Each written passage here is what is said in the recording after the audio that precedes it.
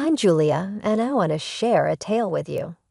I was raised in a typical family consisting of my mother, father, and younger sister, Lily. That sounds good, doesn't it? Not all was sunshine and rainbows, though. Lily was challenging, to say the least. If she didn't get her way, she would yell bloody murder, and boy, did she know how to manipulate our parents. They would go out of their way to prevent her from having one of her well-known outbursts. My mother would say, "Julia, honey," in a strained voice, "would you mind giving Lily the last cookie?" You are aware of her temperament. Since I had nothing better to do, I would nod. Being the quiet one, I was the nice girl. I quickly discovered that it was simpler to blend in than to contend with Hurricane Lily. The routine remained the same as we got older. Lily made demands, our parents gave in, and I simply tried to keep out of the way. I lost myself in my studies and literature, hoping to one day escape from it all. When I was accepted to college on a full scholarship, that day finally arrived. I was both excited about the new life that awaited me and guilty about leaving my parents to take care of Lily by myself as I packed my luggage. However, I suppressed that guilt. I had to start living my own life. My mother gave me a strong hug the next morning as I packed my whole belongings into my dilapidated old automobile.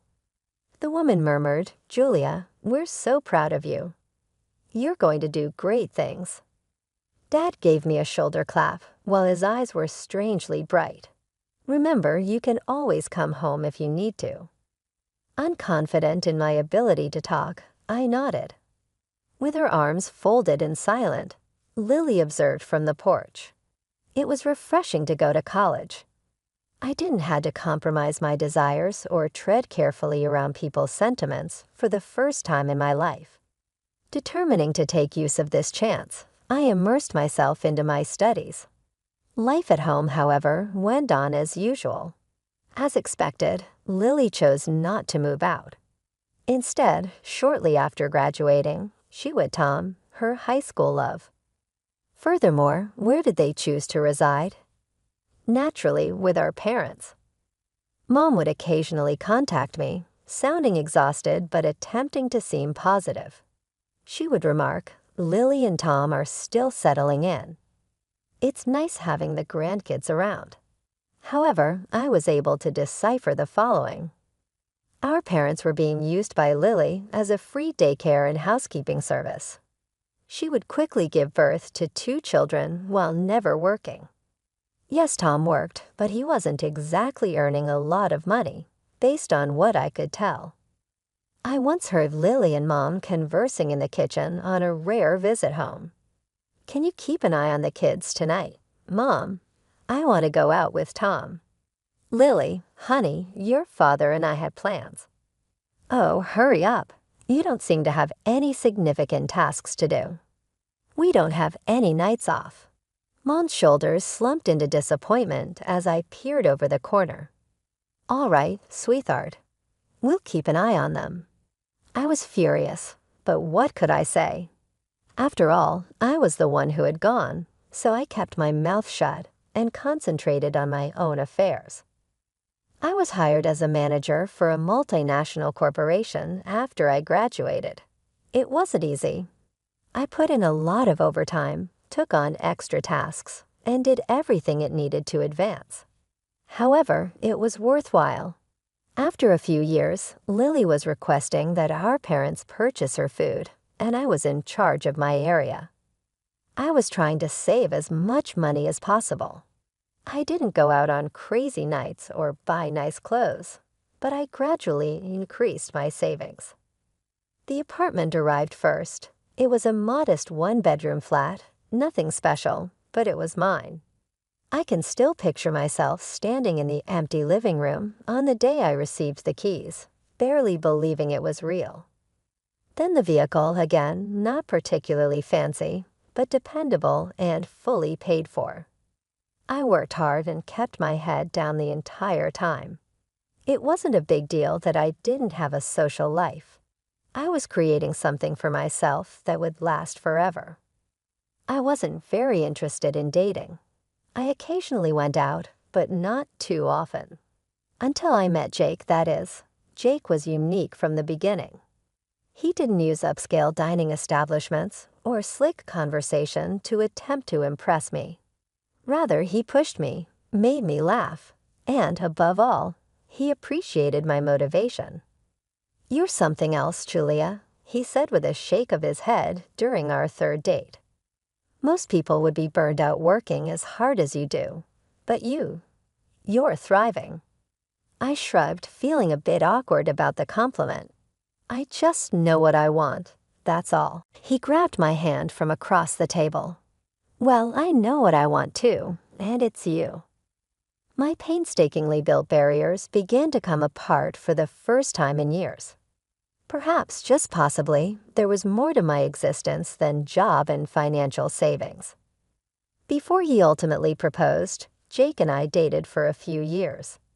To be honest, I was initially apprehensive. I had never really thought about marriage. I had always prioritized my work and financial security. However, Jake managed to make me see beyond my self-imposed limitations. The day of the wedding arrived, and despite my reservations, I was excited. This was my day, after all.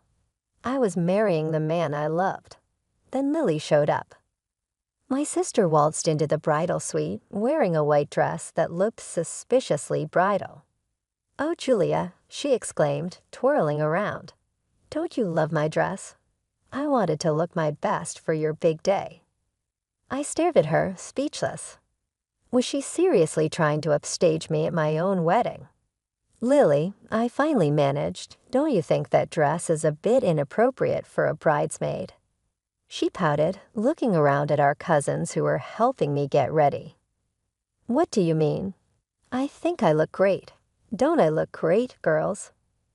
Our cousins, not wanting to cause a scene, mumbled awkward agreements. I took a deep breath, reminding myself that this was my day. I wasn't going to let Lily's antics ruin it.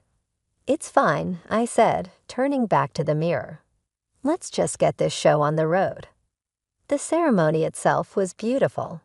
Jake's eyes lit up when he saw me walking down the aisle. And in that moment, all the stress and family drama faded away.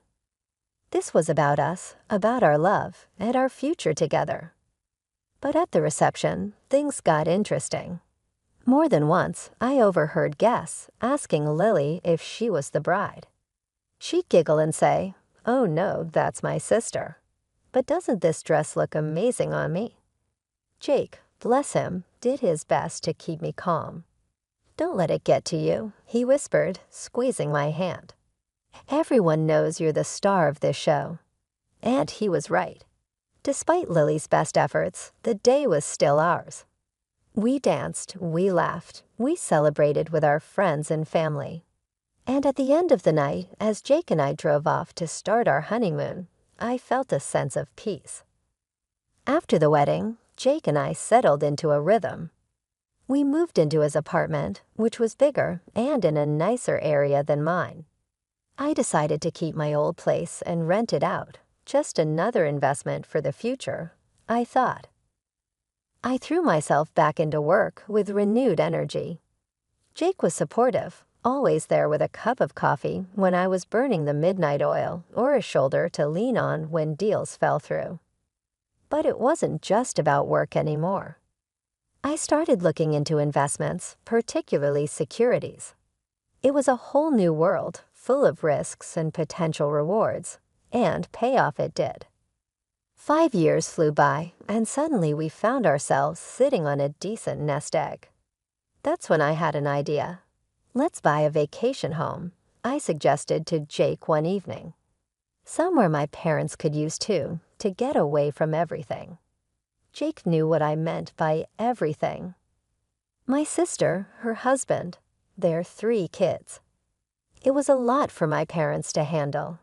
We found the perfect place. A beautiful villa on a lake just outside the city. It had everything: a large barbecue area, a sprawling terrace, 3 bedrooms, and a view that took your breath away. The moment I saw it, I knew it was the one. The day we closed the deal, I called my parents. "Mom, Dad, I've got a surprise for you," I said, barely containing my excitement. When they arrived at the villa, my mom's eyes filled with tears. "Oh, Julia," she whispered, looking around in awe. This is too much." Dad was speechless, running his hand along the smooth kitchen countertop like he couldn't believe it was real. "It's not too much," I insisted. "You deserve this. A place to relax, to get away from." "From your sister," Dad finished, a hint of guilt in his voice. I nodded, but listen, there's one thing. Can we not tell Lily that I bought this? Can we say it's yours, that you bought it with your savings?" Mom looked confused. "But why?" I sighed, thinking about the phone call I'd had with Lily just the day before. She'd asked to borrow money for a car, and I'd said no. I could only imagine how she'd react if she found out about this place. "It's just easier this way," I said. "Please." They agreed, albeit reluctantly. Little did I know the storm this white lie would stir up. A few days later, I got a call from Mom. She sounded exhausted. "Lily found out about the villa," she said. "She wants us to sell it, says we should give her the money instead, so she can buy a sports car and travel the world." I could feel my blood pressure rising. "What did you say?" We said no, of course. "But Julia, it was bad. She screamed, she cried, said we loved you more, that we always favored you." I closed my eyes, feeling a familiar mixture of guilt and frustration. "I'm so sorry, Mom. I never meant to cause trouble." "It's not your fault, sweetie," Mom said, but I could hear the weariness in her voice. "Your father and we've decided to move to the villa full-time. We just can't do this anymore." As I hung up the phone, I felt a weight lift off my shoulders. My parents were finally standing up for themselves, finally taking a step back from Lily's chaos. But at the same time, a sense of unease settled in my stomach. I knew this wasn't the end of it. Lily wouldn't let this go without a fight.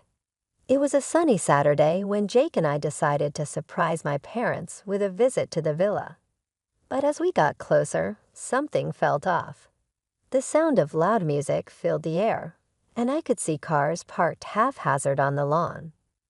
We pulled up to the villa, and the scene that greeted us was chaos. People were everywhere, drinking, laughing, kids running around screaming. And right in the middle of it all was Lily, holding court like she owned the place. When she saw us, her eyes narrowed. "What are you doing here?" I looked around, trying to spot my parents. "Where's Mom and Dad?"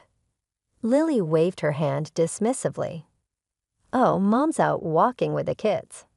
Dad's gone to get more meat for the barbecue." I couldn't believe what I was hearing. "You sent them out while you're having a party." "It's a celebration," Lily exclaimed. "We're christening the new family vacation home." Not that you'd understand, Miss Workaholic. I felt my blood begin to boil. "Lily, this isn't." She cut me off. "Look, Julia, why don't you and Jake just leave? Your sour face is going to ruin everyone's mood." I stood there speechless. Jake put his hand on my arm. "Come on," he said quietly. "Let's go." As we drove away, I couldn't shake the image of Lily lording over my villa, the villa I'd bought for our parents. "I can't believe her," I fumed. "Using Mom and Dad like that, treating the place like it's hers." Jake sighed. "Maybe it's just a one-time thing." But it wasn't. Over the next few weeks, I heard from Mom about the constant stream of parties and get-togethers Lily was hosting at the villa. When she wasn't partying, she was dumping her kids on our parents. "The kids are missing school," Mom confided in me during one of our calls. She sounded exhausted. "Lily says it's not a big deal for Tommy. He's only 4. But Emily and Jack are falling behind." By the way, I forgot to mention that Lily gave birth to her third child shortly after my wedding. I'd had enough. The next time I saw Lily, I confronted her. "You need to stop taking advantage of Mom and Dad," I said. "They're not your personal babysitters, and the kids need to be in school." Lily rolled her eyes. "Don't be such a killjoy, Julia. Mom and Dad love having the kids around." But I could see the toll it was taking on our parents. They looked tired, worn down. This wasn't the peaceful retirement I'd envisioned for them when I bought the villa. After several more failed attempts to reason with Lily, I made a difficult decision. I contacted Child Protective Services. The investigation was quick and discreet. Lily got a formal reprimand, and suddenly the kids were back in school full-time. The endless parties at the villa stopped too. Mom called me a few days later. "Things have calmed down," she said, and I could hear the relief in her voice. "Your father and I are actually getting to enjoy the place now." I felt a weight lift off my shoulders.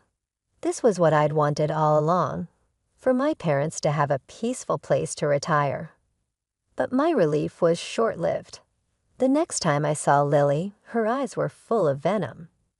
"I know what you did," she spat. "Calling CPS on your own sister. You're a traitor, Julia. I'll never forgive you for this." A few months passed quickly. It was my mom's birthday and Jake, and I decided to surprise her with a weekend visit to the villa. We had visions of a quiet family celebration, maybe a nice dinner on the terrace overlooking the lake. But as we pulled up to the house, those dreams quickly evaporated. The place was in chaos. Music blared from speakers, people were everywhere, and kids were running wild across the lawn. It looked like Lily had invited half the town. We made our way inside, where I found Mom in the kitchen looking exhausted and on the verge of tears. "Happy birthday, Mom," I said, giving her a hug. She clung to me a little too tightly. "Oh, Julia," she whispered. "I just wanted a quiet day with family, but Lily, she invited all these people. Your father and I have been running around all day serving drinks, cooking food." I stepped out onto the lawn, searching for Lily in the crowd, when I spotted her laughing with a group of friends. I marched over. "Lily, we need to talk," I said firmly. "This is Mom's birthday. She wanted a family day, not this." I gestured at the chaos around us. Lily laughed loudly. "Oh, lighten up. Mom loves having people over. Stop being such a buzzkill." Frustrated, I walked over to a group of guests near the speakers. "Excuse me," I said, raising my voice to be heard over the music. "Could you please turn this down? It's too loud." The guests, clearly drunk, just laughed and turned the volume up higher. As I stood there trying to figure out what to do next, I noticed something out of the corner of my eye. Lily was huddled with a group of kids, pointing in my direction and giggling. With horror, I realized she was handing them ice cream cones and encouraging them to throw them at me. Before I could react, the first scoop of ice cream flew past my head. I ducked, and it hit a woman behind me square in the face. Chaos erupted. More ice cream was flying, kids were screaming, and adults were yelling. Lily's voice rose above the commotion. "Look what you've done, Julia. You're ruining everything as usual." The crowd, fueled by alcohol and Lily's accusations, started to turn ugly. Men and women were shouting, moving toward Jake and me with clenched fists. I felt Jake's hand on my arm. "Julia, we need to get out of here," he said urgently. But I'd had enough. This was my parents' home, the home I bought for them. This had to stop. I pulled out my phone and dialed 911. "I'm calling the police," I announced loudly. The police arrived quickly, lights flashing. As it turned out, they'd already received noise complaints from the neighbors.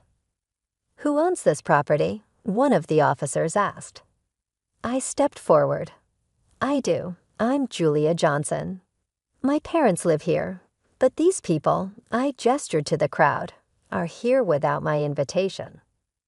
The officers nodded and quickly got to work, ushering the drunk guests off the property and warning them about the consequences of starting a fight.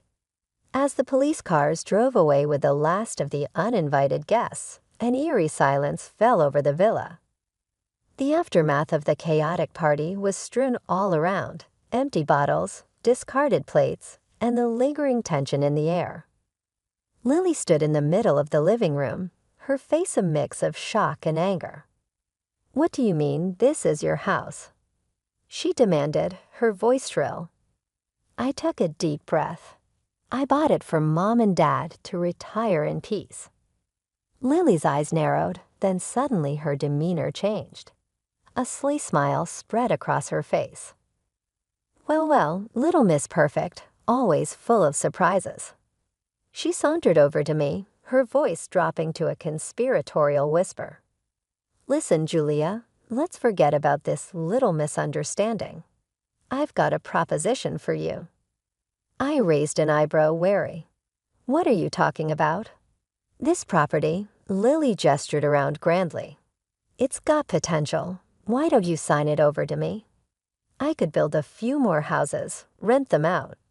I've been looking for a passive income opportunity for ages. You've already got your fancy job. Why not help your sister out?" "Absolutely not," I said firmly. "This house is for Mom and Dad. It's not for sale or development." Lily's face darkened. "You'll regret this, Julia. Mark my words."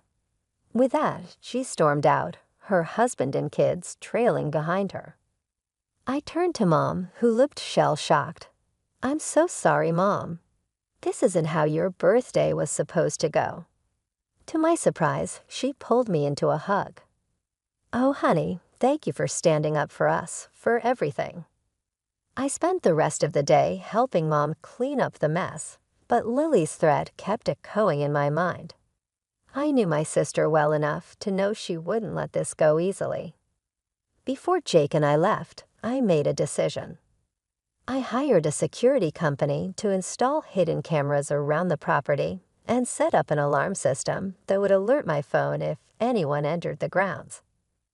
2 weeks later, my phone buzzed with an alert from the villa security system. Someone had entered the property. Worried it might be a false alarm triggered by my parents, I called Mom. "Mom, are you and Dad at the villa?" There was a pause. "No, honey. We're back at the old house. Lily insisted we come help with the kids. We've been here for a week." My heart sank. I told Mom I'd call her back and immediately headed for the villa with Jake. The sight that greeted us was heartbreaking. The beautiful home I'd bought from my parents was in shambles. Furniture was overturned, things were strewn everywhere, and there was even some graffiti on the walls. Fury rose in me as I called the police. When they arrived, I showed them the security footage. There was no doubt it was Lily and her husband vandalizing the property in a drunken rage. A few days later, my phone rang. It was Lily. "You need to drop the charges," she said without preamble. The police brought us in for questioning. They're talking about pressing charges for vandalism and trespassing. "You have to make this go away, Julia." I took a deep breath. "No, Lily. I'm done cleaning up your messes. I'm done being the family peacekeeper at the expense of my own peace. From now on, you can talk to my lawyer." The weeks following the villa incident were a whirlwind of legal proceedings and family drama. I was determined to see this through to finally put an end to Lily's destructive behavior. I had the villa professionally cleaned and repaired, carefully documenting every bit of damage. The bill came to just over $10,000. My lawyer advised me to sue for the full amount, and after some soul-searching, I agreed. The day of the court hearing arrived. I sat on one side of the courtroom, Lily and her husband on the other. She wouldn't even look at me. The judge listened to both sides, reviewed the evidence, including the security camera footage. In the end, his decision was clear. The court finds in favor of the plaintiff, he announced. The defendants are ordered to pay $10,000 in damages. But that wasn't all. Due to the nature of the crime and the clear evidence, the judge also handed down a suspended sentence for trespassing and property damage. Lily and her family were severely impacted by the trial's aftermath.